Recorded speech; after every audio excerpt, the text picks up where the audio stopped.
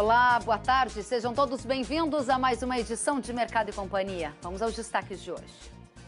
O dólar recua para R$ 4,24 após Banco Central realizar venda de US$ 1 bilhão em leilão para conter a alta da moeda. Donald Trump sanciona lei em apoio a manifestantes em Hong Kong e China afirma que vai adotar medidas defensivas. Nesta edição, especialistas avaliam efeitos da situação para a guerra comercial e o agro brasileiro. Na França, agricultores fecham ruas com tratores em protesto contra a política do governo Macron e redução do uso do glifosato no país. Comentaristas explicam as diferenças e semelhanças com o Brasil. E aqui no Brasil, o feijão carioca acumula alta de quase 50% em um mês. E o Instituto Brasileiro do Feijão projeta início de 2020 com oferta restrita. Tudo isso e mais, agora o Mercado e Companhia já está no ar.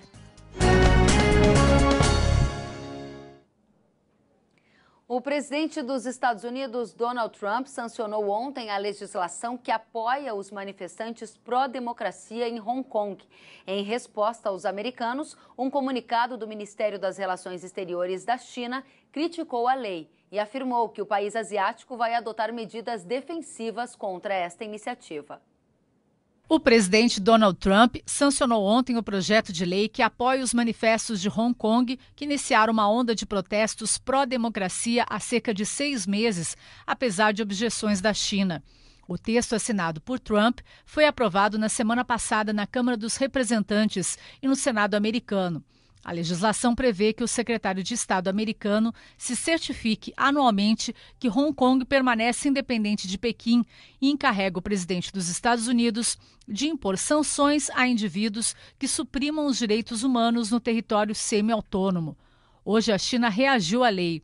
Um comunicado do Ministério das Relações Exteriores do país criticou a medida e afirmou que Pequim vai tomar providências defensivas, mas não trouxe nenhum detalhe. Essa iniciativa vem no momento em que 2 países tentam fechar um acordo comercial preliminar.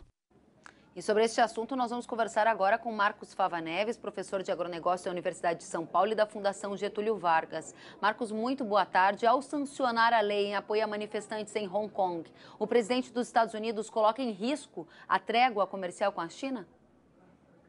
Ele coloca em risco, porque, na verdade, o que foi feito foram 2 movimentos, não é de apoio direto aos manifestantes, né? Um movimento pune abusos de oficiais, né, tanto da China quanto de Hong Kong, se forem tolhidos, vamos dizer assim, os direitos que existem em Hong Kong, e o outro proíbe de exportar armas à polícia de Hong Kong, das empresas americanas, né?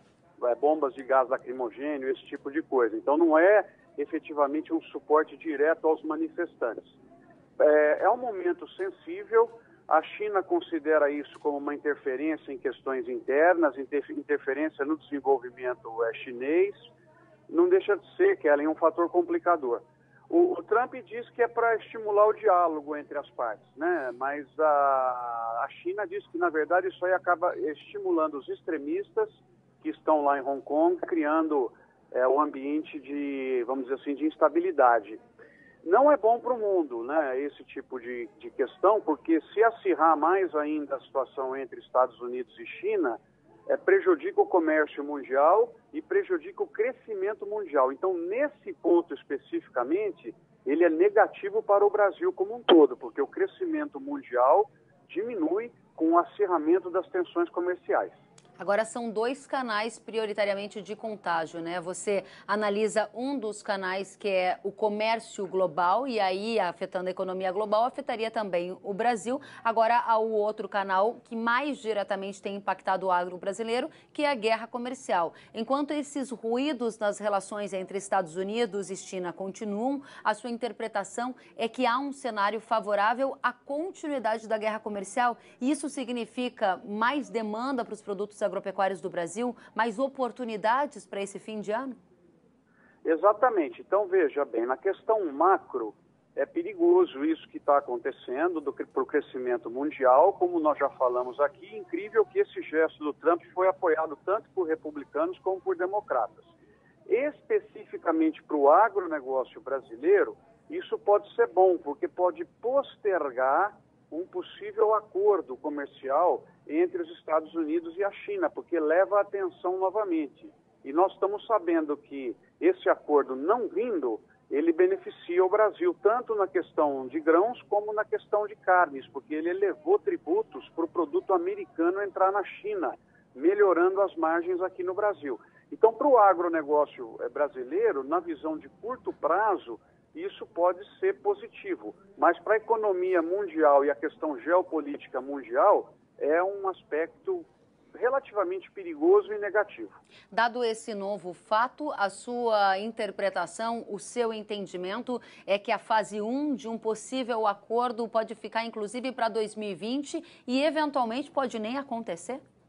Pode ficar mais para frente, o que para nós significa mais oxigênio para a agricultura brasileira, Kellen, que já está com bastante oxigênio para entrar no ano que vem, muito animada pela questão de fatores que estão em conjunto, eu diria 4, né? Que câmbio a favor, taxa de juros mais baixa, inflação sob controle e mais baixa e confiança voltando. Esses 4 fatores juntos, eu não lembro de ter visto na minha vida profissional, desde 91, quando eu me formei, e a agricultura brasileira começa com isso o ano de 2020. Boas produções, bons preços e esses 4 fatores estimuladores aí. Muito interessante a sua análise. Agora, só para pegar gancho no que você acaba de dizer sobre taxa de juros, inflação, câmbio e confiança, as exportações do agro aquecidas em função da peste suína africana, efeitos da guerra comercial e a gente vive agora um boom do preço da carne, né?